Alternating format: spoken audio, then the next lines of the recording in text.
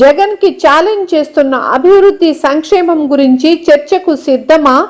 సంక్షేమం అందించడంలో మరో విజయం స్త్రీ శక్తి మహిళలకు ఉచిత బస్సు ప్రయాణం.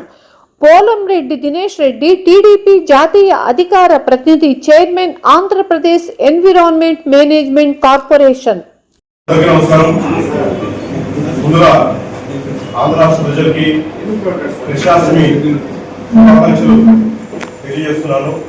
అలానే మొన్న జెడ్పీటీసీ ఎలక్షన్ కోసము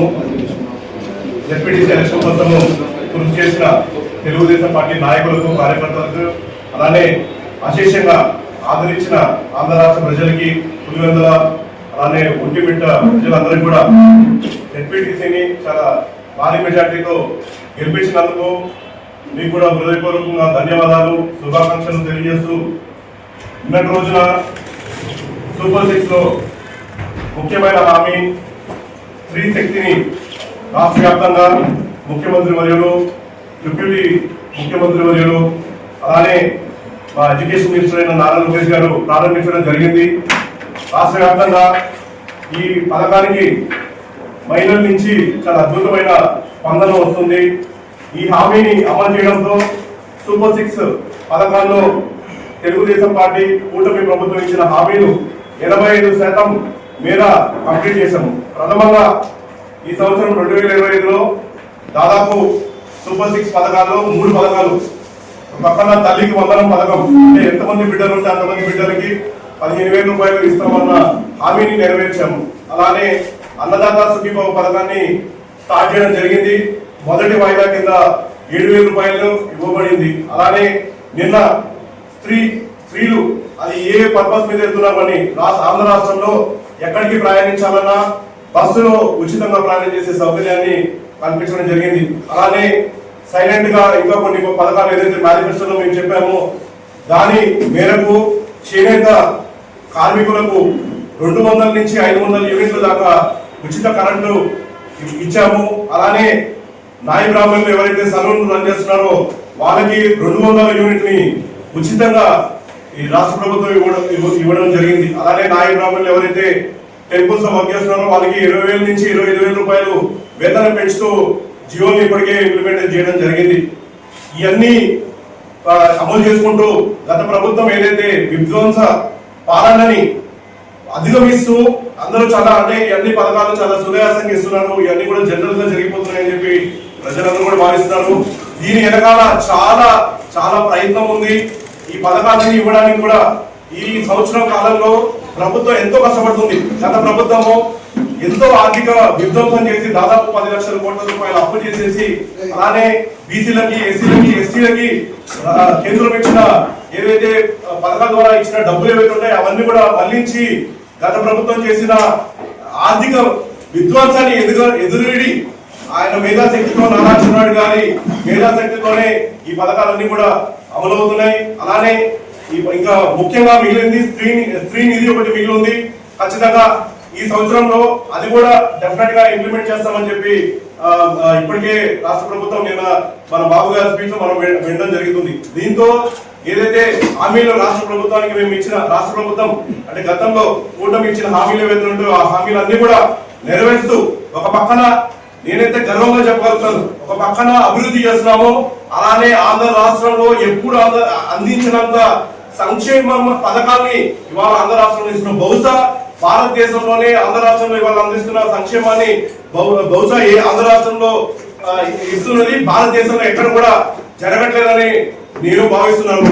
డెఫినెట్ గా ఇవాళ బాబు గారు ఎవరు అంటే ప్రత్యర్థులు వేరే రాజకీయ పార్టీలు కాదు. బాబు గారు గతంలో ఆయన ఏదైతే సంక్షేమం చేశారో ఆ సంక్షేమంతో ఆయన పోటీ పడుతూ గతంలో ఇచ్చిన సంక్షేమాన్ని ఆయన పోటీ పడుతూ అంతకన్నా రెట్టింపు సంక్షేమాన్ని ఇవాళ ఆంధ్ర రాష్ట్రానికి అందిస్తున్నారు. అలానే పక్కన మనం చూస్తున్నాము ఆంధ్ర రాష్ట్రంలో అభివృద్ధి కోసం కేవలం సంక్షేమం మీదే కాకుండా అభివృద్ధి దిశగా ఆంధ్ర రాష్ట్రానికి తీసుకెళ్ళడానికి పరిశ్రమలు దాదాపు 6 లక్షల కోట్ల రూపాయల పెట్టుబడుల్ని ఇప్పటికే 113 కంపెనీలు ఆంధ్ర రాష్ట్రంలో పెట్టుబడి పెడుతూ 6 లక్షల కోట్ల పెట్టుబడిని ఆంధ్ర రాష్ట్రానికి ఆకర్షించి తద్వారా 5,50,000 మందికి డైరెక్ట్ గా ఉపాధి కల్పించబోతున్నాం. అలానే పేదరిక నిర్మూలన కోసము ఇప్పటికే P4 పథకాన్ని ఇంప్లిమెంట్ చేస్తున్నాము. అలానే అన్న క్యాంటీన్లని ఆల్రెడీ స్టార్ట్ చేయడం జరిగింది. అలానే ప్రతి కాన్స్టిట్యున్సీస్ లో అన్నదాత కార్యక్రమాన్ని పెట్టి అన్న క్యాంటీన్స్ పెట్టి 5 రూపాయలకే భోజనం అందించే కార్యక్రమాన్ని కూడా రాష్ట్ర ప్రభుత్వం శ్రీకారం చుట్టింది. ఇలా అన్ని పథకాలు మనం చేసుకుంటూ వెళ్తుంటే దాన్ని మన జగన్మోహన్ రెడ్డి గారు ప్రెస్ మీట్ పెట్టి ఆయన మాట్లాడిన వ్యాఖ్యలు ఏవైతే ఉన్నాయో అవన్నీ కూడా చాలా అనుచిత వ్యాఖ్యలు. ఒక పక్కన జగన్మోహన్ రెడ్డి గారు నారా చంద్రరెడ్డి గారికి వయసు అయిపోతుందని చెప్పి ఆయన నరకానికి వెళ్తాడని చెప్పి ఇలాంటి అనుచిత వ్యాఖ్యలు చేసి ఇవాళ జగన్మోహన్ రెడ్డి గారు ఏం ప్రూవ్ చేయాలనుకుంటున్నారో నాకైతే అర్థం కావట్లేదు. ఒకటైతే క్లియర్ గా అర్థమవుతుంది, election results ZPTC election results లో క్లియర్ గా ఓడిపోయారు. గతంలో జనరల్ ఎలక్షన్ లో మేము తెలుగుదేశం పార్టీ కూటమి అభ్యర్థులు రాయలసీమలో బాగా వేయడం జరిగింది. ఇవాళ వైఎస్ఆర్సీపీ ఫౌండేషన్ కూడా కదిలిస్తూ వచ్చిన రిజల్ట్ ని చూసి జగన్మోహన్ రెడ్డి గారు ఫ్రస్ట్రేషన్ లో ఏం మాట్లాడుతున్నారో ఆయనకే తెలియకుండా మాట్లాడుతున్నారు. ఇవాళ ఆయన ఏమంటాడంటే గెలుపుని డైజెస్ట్ చేసుకోలేక వాళ్ళ అక్కడ ఎన్ని ఫాల్స్ ఓట్స్ పడ్డాయి, ఫేక్ ఓట్స్ పడ్డాయి అని చెప్పి ఆయన ఫ్రస్ట్రేషన్ లో వెలువడుతున్నారు. ఇవాళ నేను ధైర్యంగా చెప్తున్నాను, ఫేస్ టు ఫేస్ ఛాలెంజ్ చేసి చెప్తున్నాను, ప్రజాస్వామ్యంలో పులివెందుల్లో ఇప్పటి వరకు కూడా క్యాండిడేట్ పెట్టకుండా అవతల పార్టీ క్యాండిడేట్ పెట్టకుండా యునానిమస్ గా ఆయన జరిపిస్తున్నారు ఎలక్షన్. దాదాపు 30 సంవత్సరాలు ఇలానే జరిపిస్తున్నారు. మొట్టమొదటిసారిగా ప్రజాస్వామ్యం బద్దగా ఇవాళ అక్కడ ఎలక్షన్ జరిగింది. ఆ ఎలక్షన్ రిజల్ట్ ని మనం చూడడం జరిగింది. అలానే గతంలో చూసాం ఎలక్షన్, తిరుపతి ఎలక్షన్ లో ఎక్కడెక్కడ నుంచో తిరుపతి నుంచి ఓటర్లు తీసుకొచ్చారు.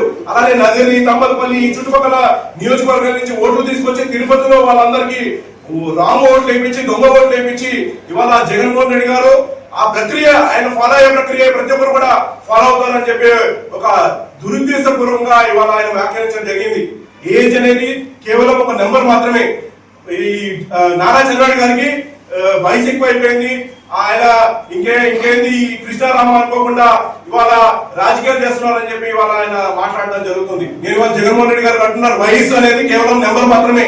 మీకు 54 ఏళ్ళు, అదే నారా చంద్రబాబు గారికి 74 ఏళ్ళు. కానీ ఆయన పరిగెత్తుతూ గెంతుతూ ఇవాళ బస్సుల పైకి ఎక్కి ఇవాళ ఉత్సాహంగా ప్రజలకి ఏం చేయాలన్నా కూడా ఉత్సాహంగా ఆయన చేస్తున్నారు. అలానే మీరు అధికారంలో ఉన్నప్పుడు చూసాం, వంగలేక ఎక్కలేక నడవలేక ఇబ్బంది పడిన మీరు ఇవాళ చంద్రబాబు గారి వయసు గురించి మాట్లాడుతున్నారంటే చాలా హాస్యాస్పదంగా ఉంది. ఇవాళ నేను జగన్మోహన్ రెడ్డి గారికి క్లియర్ గా చెప్తున్నాను, వయసు పెరుగుతూ ఆయన అనుభవాన్ని ఇవాళ ఆంధ్ర రాష్ట్రం మన అభివృద్ధి పరచడానికి, సంక్షేమం దృష్టిగా ముందు తీసుకెళ్ళడానికి, పారిశ్రామికంగా ముందు తీసుకెళ్ళడానికి, బీసీలకి, ఎస్టీలకి, ఎస్సీలకి సంక్షేమంలో అందించడానికి ఇవాళ ఆయనకున్న అనుభవాన్ని ఆయన పెడుతున్నారు. వయసు అనేది ఆయన చూడట్లేదు. ఎటువంటి కార్యక్రమం అయినా కూడా ఆయన ఉత్సాహంగా చేస్తున్నారు. ఇవాళ జగన్మోహన్ రెడ్డి గారు నేను అడుగుతున్నాను మిమ్మల్ని, మీరు ఏం చేశారు? గతంలో మీకు అధికారం ఇచ్చారు, అధికారంలో ఇచ్చినప్పుడు మీరు ఏం చేశారు? కనీసము మీరు ఇచ్చిన హామీలు కూడా నెరవేర్చలేని పరిస్థితుల్లో ఇవాళ మీరుంటే మీరు మా నాయకుల్ని ఇలా అవమానకరంగా మాట్లాడటం చాలా ఖండించే విషయం. నేను అడుగుతున్నా, ఇవాళ మా నాయకుడు నరకానికి వెళ్తారని చెప్పన్నారు, మరి మీరు చేసిన దానికి మీరు ఏ లోకానికి వెళ్తారో మీరే చెప్పాలని చెప్పి నేను ఇవాళ మిమ్మల్ని సూటిగా ప్రశ్నిస్తున్నాను. ఖచ్చితంగా నేనైతే చెప్పగలను, రానున్న రోజుల్లో ఇప్పుడు ఏ విధంగా అయితే మేము జెడ్పీటీసీ ఎలక్షన్ కానీ ఎంపీటీసీ ఎలక్షన్ కానీ జరిగిన ఎలక్షన్ ఏ విధంగా అయితే మ్యాండేట్ వచ్చిందో, రానున్న స్థానిక సంస్థల ఎలక్షన్ లో కూడా ప్రతి చోట తెలుగుదేశం పార్టీ జెండా ఎగరైపోతున్నాము. అలానే మీకైతే నాకు దగ్గర సమయంలో రానున్న 10-15 ఏళ్ల పాటు మీరు ఎక్కడ కూడా కనుమరుగు అయిపోతారు. అసలు మీరు దగ్గరలో కూడా ఉండరనేది అయితే క్లియర్ గా కనిపిస్తుంది. డెఫినెట్ గా 2029 కాదు, ఆ తర్వాత వచ్చే ఎలక్షన్ కూడా తెలుగుదేశం పార్టీ జెండా అన్ని నియోజకవర్గాలు ఎగరేస్తాం, వైఎస్ఆర్సీపీ భూస్థాపితం అవుతుందని చెప్పి చెప్పడంలో నాకైతే ఎటువంటి సందేహం లేదు. డెఫినెట్ గా ఇంకా మంచి చేయాలనే ఆలోచన ఉంది. చాలా ఆంధ్ర రాష్ట్రానికి చేయాల్సినవి చాలా ఉన్నాయి. చెప్పిన హామీలు నెరవేరుస్తూ చెప్పని కూడా చాలా హామీలు తెలుగుదేశం పార్టీ కూటమి 100తో మనం చేపట్టబోతున్నాం. కేంద్రం సపోర్ట్ ఇవాళ చాలా అద్భుతంగా మనకు ఉంది. బీజేపీతో మనం అలయన్స్ లో ఉండడం వల్ల ఇవాళ కేంద్రం నుంచి వచ్చే మన నిధుల వల్ల మనం ఇవాళ అమరావతి డెవలప్మెంట్ చేసుకోగలుగుతున్నాము, పోలవరం నిర్మాణం చేసుకోగలుగుతున్నాం. అలానే ఏవైతే నీటి ప్రాజెక్ట్స్ ఉన్నాయో అవన్నీ కూడా మనం కొత్తగా చేపట్టడానికి ఇవాళ రాష్ట్ర ప్రభుత్వం పూనుకుంది. డెఫినెట్ గా మన పోలవరాన్ని పూర్తి చేస్తాం, జాతికి అంకితం చేస్తాం. అలానే అమరావతిని కూడా పూర్తి చేసే విధంగా మొదటి ఫేజ్ ని పూర్తి చేసేదానికి అడుగులన్నీ కూడా పడుతున్నాయి. అలానే మనం చూస్తున్నాం గ్రామాల్లో రోడ్లు పడుతున్నాయి, డ్రైనేజీలు జరుగుతున్నాయి. అలానే అభివృద్ధి పనులు ఏవైతే రోడ్లు నేషనల్ హైవేస్ ఉన్నాయో నేషనల్ హైవేస్ డెవలప్మెంట్ జరుగుతుంది. అలానే సింగిల్ రోడ్లని డబుల్ రోడ్లు చేయడం జరుగుతుంది. అలానే అభివృద్ధి పనులు అన్ని కూడా ముందుకు సాగుతున్నాయి. ఖచ్చితంగా రానున్న రోజుల్లో పెద్ద ఎత్తున పరిశ్రమలు ఇక్కడ పెట్టుబడి పెడతాయి. రాష్ట్ర ఆదాయాన్ని పెంచుతాము. ప్రజలకి ఆనందంగా ఉండడానికి, సుభిక్షంగా ఉండడానికి అన్ని కూడా మా కూటమి అధికారంలో ఉండి మా ముఖ్యమంత్రి గారు నారా చంద్రబాబు గారు ఖచ్చితంగా చేపడతారని చెప్పి చెప్తున్నాం. రైతులు సుభిక్షంగా ఉండడానికి, ఎస్సీలు సుభిక్షంగా ఉండడానికి, ఎస్టీలు సుభిక్షంగా ఉండడానికి, గిరిజనులు అలానే అన్ని వర్గాల ప్రజలు సుభిక్షంగా ఉండడానికి అవసరమైన అన్ని యాక్టివిటీస్ మేము చేపడతాము. అలానే ఏదైతే గతంలో మేము మేనిఫెస్టోలో వీళ్ళందరికీ ఇచ్చిన హామీలన్నీ కూడా ఖచ్చితంగా నిలబెట్టుకుంటూ ఈ ఏదైతే మాకు ఇచ్చిన మ్యాండేట్ ఉందో ఆ మ్యాండేట్ కి సాకారం చేస్తూ ప్రజలు ఇచ్చిన ఏదైతే నమ్మకంతో ఇచ్చారో ఇది మంచి ప్రభుత్వం అని చెప్పి నమ్ముతూ ఏదైతే మ్యాండేట్ మాకు ఇచ్చారో ఆ మ్యాండేట్ ని మేము అనుసరిస్తూ ప్రజలకి ఏవైతే చేయాలో అవన్నీ కూడా చేస్తూ ముందుకెళ్తాము. మేము ఇవాళ స్ట్రైట్ గా జగన్మోహన్ రెడ్డి గారిని మీరు ఏదైనా చర్చించాలంటే, డెవలప్మెంట్ మీద చర్చించాలంటే దానికి మేము సిద్ధంగా ఉన్నాం. ఎక్కడైనా చర్చిద్దాము, దేని విషయం మీద చర్చిద్దాం. మీరు కానీ మీ నాయకులు కానీ ఓపెన్ ఛాలెంజ్ చేస్తున్నాం. ఏ విషయం మీద, అభివృద్ధి పనుల మీద, సంక్షేమం మీద చర్చించడానికి మేము సిద్ధంగా ఉన్నాం. కానీ ఇలాంటి ఈ అనుచిత వ్యాఖ్యలు చేస్తే మాత్రం సహించమని చెప్పి ఈ రోజున తెలుగుదేశం పార్టీ రిప్రజెంటేటివ్ గా నేను కూడా వార్న్ చేస్తున్నాను. డెఫినెట్ గా రానున్న రోజుల్లో ప్రజలే మీకు బుద్ధి చెప్తారు అని సందర్భంగా తెలియజేస్తూ ఈ అవకాశం కల్పించినందుకు ఆంధ్ర రాష్ట్ర ప్రజలకి అలానే ముఖ్యంగా పత్రికా మిత్రులందరూ కూడా హృదయపూర్వకంగా ధన్యవాదాలు తెలియజేసుకుంటూ సెలవు తీసుకుంటాను.